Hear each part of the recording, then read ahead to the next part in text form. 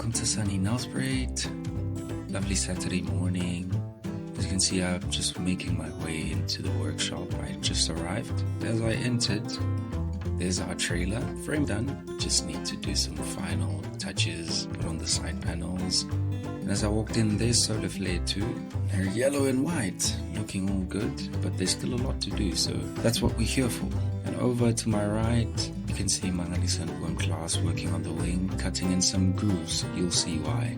And now we're cutting some wooden rods, basically just for stability purposes. Boom class giving us some instructions to make sure we hold it nice and straight. But this is just a glimpse of what goes on when we're all gathered here. Quick reminder, please do not forget to support our Bheka Ibadi campaign.